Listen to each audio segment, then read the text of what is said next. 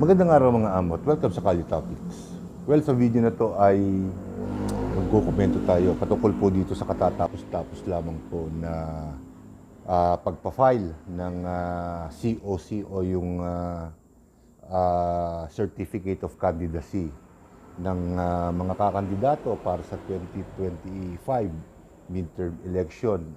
Kinabibilangan po ito ng mga senador, kongresista, gobernador, mayor. So, sa kasalukuyan ay katatapos-tapos lamang po ng pagpa-file. Kapares po na sinabi ko kanina, siguro mga 8 yun eh. So, mga 5 days na nakakaraan ng matapos ang pagpa-file ng COC ng mga nais kumandidato sa mga mababakante o sa mga posisyon na mababakante sa 2025. So, magbibigay lamang po tayo ng kumbaga ay suggestion, ika nga, sa COMELEC at siyempre magbibigay din po tayo ng kumbaga parang pangkaraniwang payo para sa mga botanteng katulad po natin na magluluklok dito sa mga bagong kandidato na to. Well, hindi naman natin masasabing mga bago dahil nagpapalit-palit lamang po sila ng posisyon. Kung maaalala po ninyo, sa mainstream media ay balitang-balita ang yung bang tinatawag na political dynasty na kung saan ang isang lugar kapares ng bayan o rehiyon ay pinamumunuan lamang po ng iisa o dalawang pamilya. Kapag matatapos na ang termino ng isang individual, ng isang miyembro ng pamilya, ay yung kanyang anak, asawa, o kadugo niya ang patatakbuhin para nasa pamilya lamang po ang ika nga posisyon na kanilang inaalagaan. Kaparis lang din po ng national level yan, ng mga kongresista, alam naman po natin yan. So, ang pinakakokomentuhan natin dito, yung sinasabi ko na kumbaga parang payo. Komento na rin bang matatawag? Siguro komento na rin matatawag din yun. Dahil kumbaga magpapaalala tayo dito sa COMELEC. Katulad po ngayon, balitang-balita nga rin na maraming mga artista, maraming mga bagong muka na nais na sumubok sa kanilang kapalaran sa politika. Meron din tinatawag ng mga nuisance candidate. Alam naman po natin yan. Ang isang halimbawa na po niyan ay si anong pangalan nun? Yung matanda na may tato.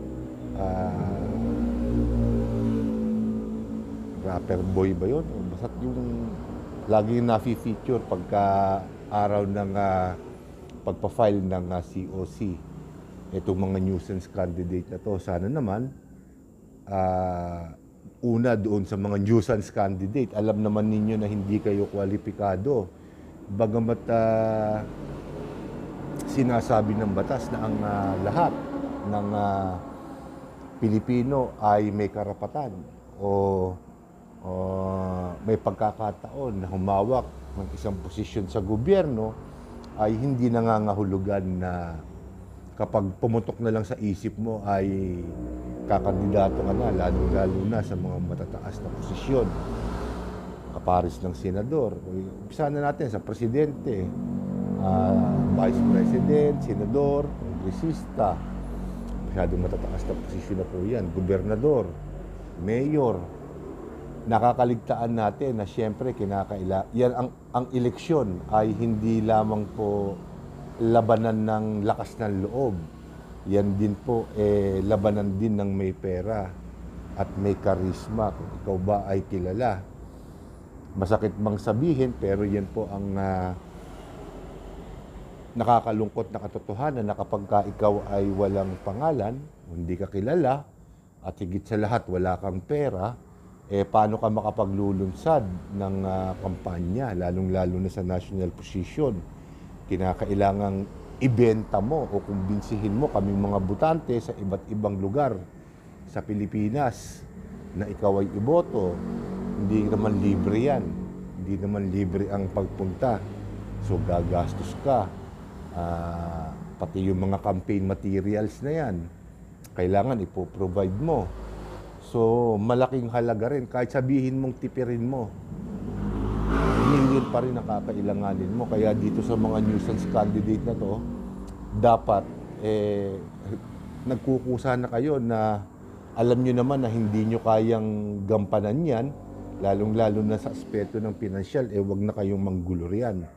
Sa COMELEC naman, salain naman ninyong mabuti yung ating mga kandidato, lalong-lalo na po't may isang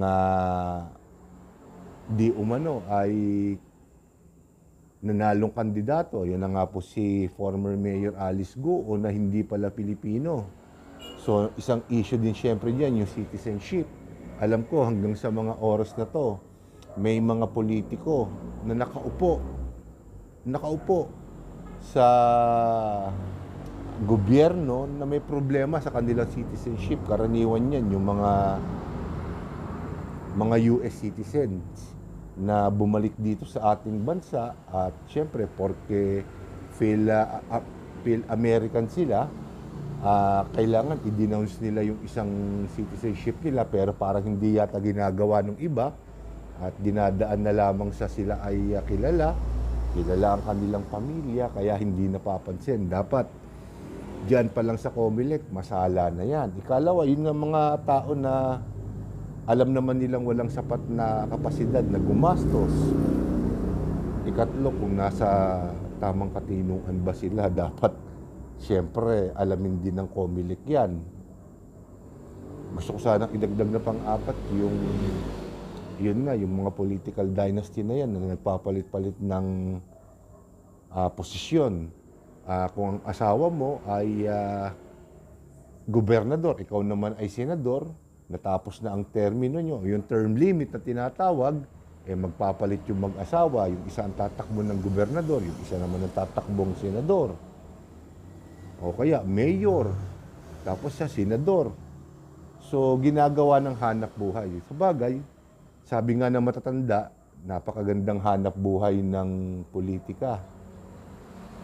Hindi aaminin ng mga politiko yan dahil syempre, sabihin nila, sila ay naglilingkod lamang o nais nilang maglingkod. So, pakakaingat kayo dyan sa mga ganyang politiko. Yung sinabi ko na yun para sa ating mga magluluklok sa kanila sa pwesto. Sa COMELEC, yun nga po, yung mga talagang wala namang karapatan na kumandidato, syempre, dapat alisin na po yan. Ikalawa, para sa COMELEC pa rin. Ito pong tinatawag na party list system na kung saan ginagamit na, literal. Pinaliwanag na sa mainstream media yan na ginagamit yan ng mga mayayaman para makapasok sila sa politika. O hindi ba't na feature na nga doon sa isang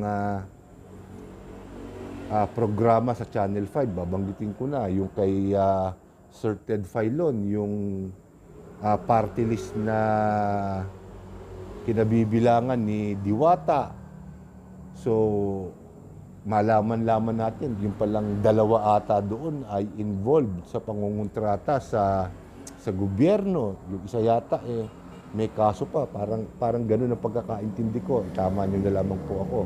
Pero ang ginagamit nila ay itong si Diwata, isang kilala na ngayong social media influencer, yung may-ari ng Diwata Pares.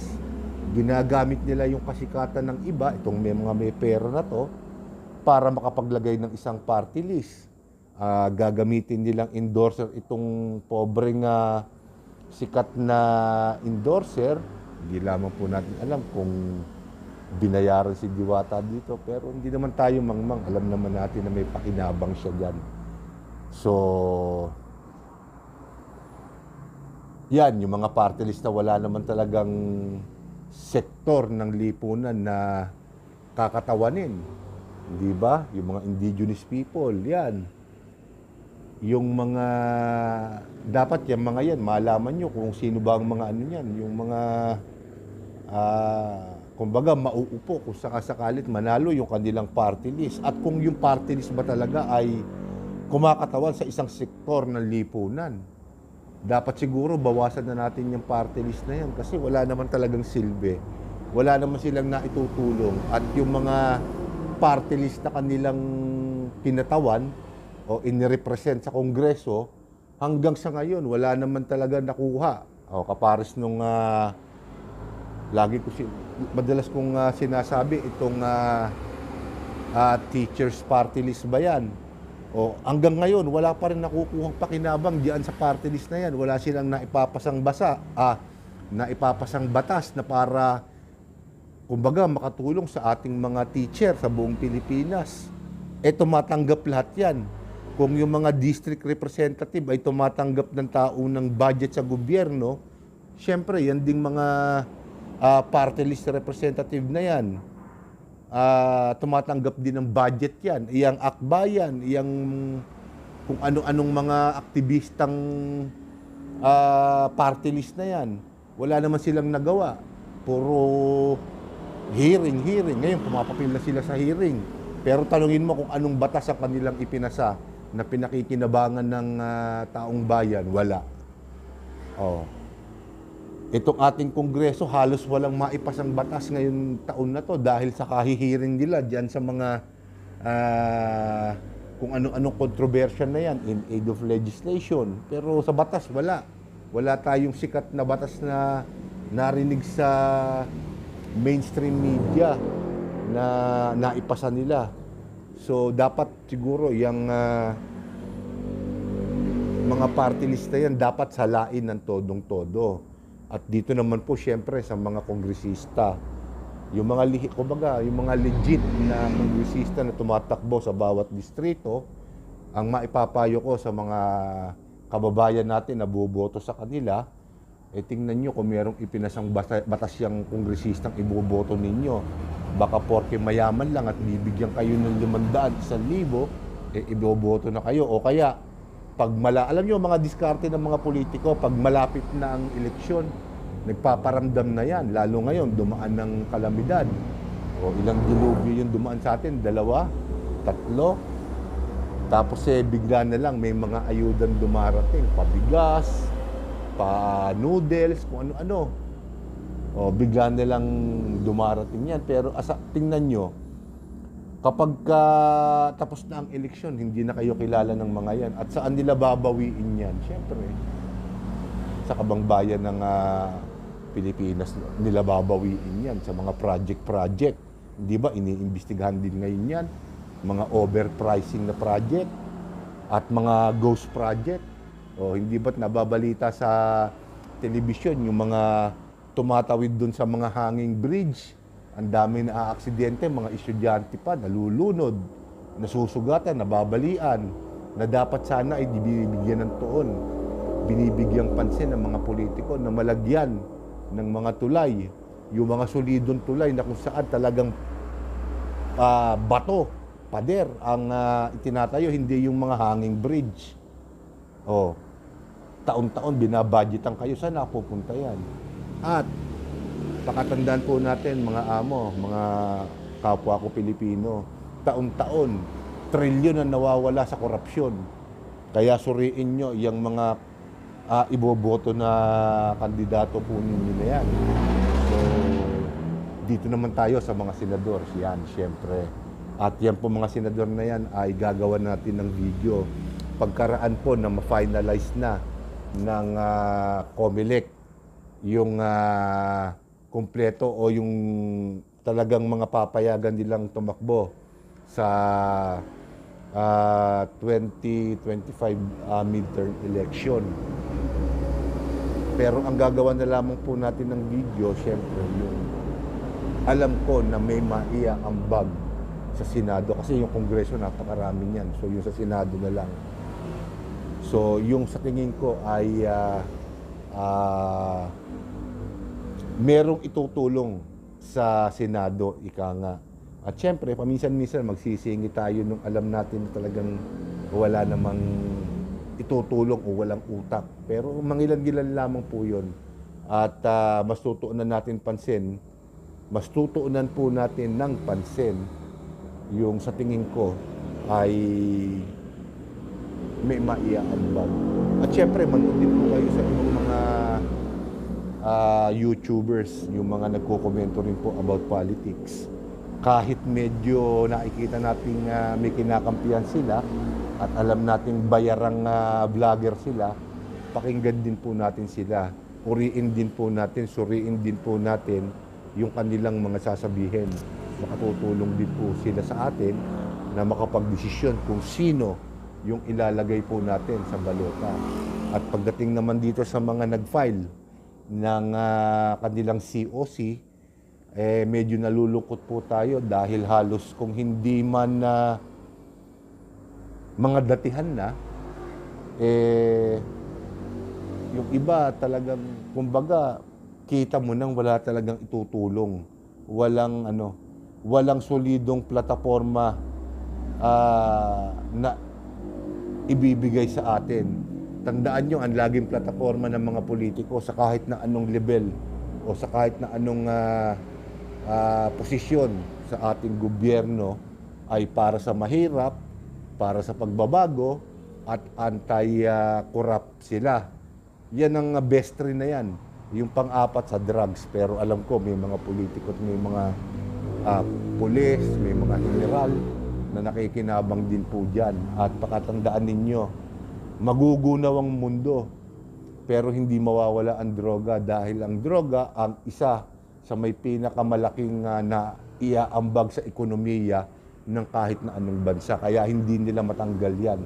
Nagpapasok po yan ng malaking pera sa kahit na anong bansa. Bagamat bawal po yan, siyempre. Nasa may katawan na po yan, nasa atin na yan. Kung hindi natin tatangkilikin yan, hindi kikita yan. Pero yung top 3, para sa mahirap, anti-corrupt sila, at para sa pagbabago sila, gas-gas na. Pero nagagamit pa po sa atin. Kaya kung minsan nalulungkot din ako dahil marami sa ating mga kababayan ang hindi iniintindi yung kasagraduhan, kaimportantihan ng pagboto. 2 beses lamang sa loob ng 6 na taon na ibabalik sa tao ang kapangyarihan para mamili ng ilalagay natin sa bawat posisyon na yan. 2 beses lamang po sa loob ng 6 na taon. Hindi pa po natin magamit ng maayos. So kaya medyo nakakalungkot po dahil siyempre umiiral lang pera. Umiiral yung porke sikat na action star ka, sikat na artista ka, sikat na host ka, sapat ng puhunan para mailuklok ka. Pero kung tutuusin, dapat ginagamit natin ang ating isip. Tingnan natin kung ito bang mga tao na to ay may magagawa. Hindi porke laging tumutulong sa tao, ay may utak na para sa politika. Lalong-lalo na po sa parte ng senador at mga kongresista dahil gumagawa po sila ng batas. Lawmaker po sila, gumagawa ng batas. Yun lamang po ang alam kong trabaho ng mga senador at kongresista. Hindi pa nila magampanan ng maayos. Kaya kailangan ang ilagay natin dyan yung meron neto. Hindi naman kailangan siguro, para sa akin, kailangan talaga yung may educational background ka. Pero kung pangkaraniwan tao ka, dapat hindi baling 2 o 3 ang ipangako mo sa mga taong buboto sa'yo. Ang kinakailangan lamang, 2 o 3 doon sa ipinangako mo, magawa mo sa loob ng isang termino. Hindi ba? Kasi kung sa dinami-dami ng ipapangako mo sa tao o sa atin, ni isa wala ka palang magagawa, inutil ka. O hindi ba? Meron tayong kilala dyan, mga senador ngayon, wala naman talaga naipasang batas. Meron nga silang ipinapasa hanggang ngayon, hindi pa maipasa. At hirap din silang ipaliwanag sa atin kung para saan yung batas na yon, kung yun ba malapit. Yung batas na ipinatutupad nila ay kung malapit ba sa sikmura ng tao. So dito ko muna po tatapusin ng video na to at susunod ko pa po mga video ay ibang paksa na naman po ang ating tatalakayin. So maraming salamat po sa inyo at magandang umaga sa inyong lahat o magandang araw sa inyong lahat.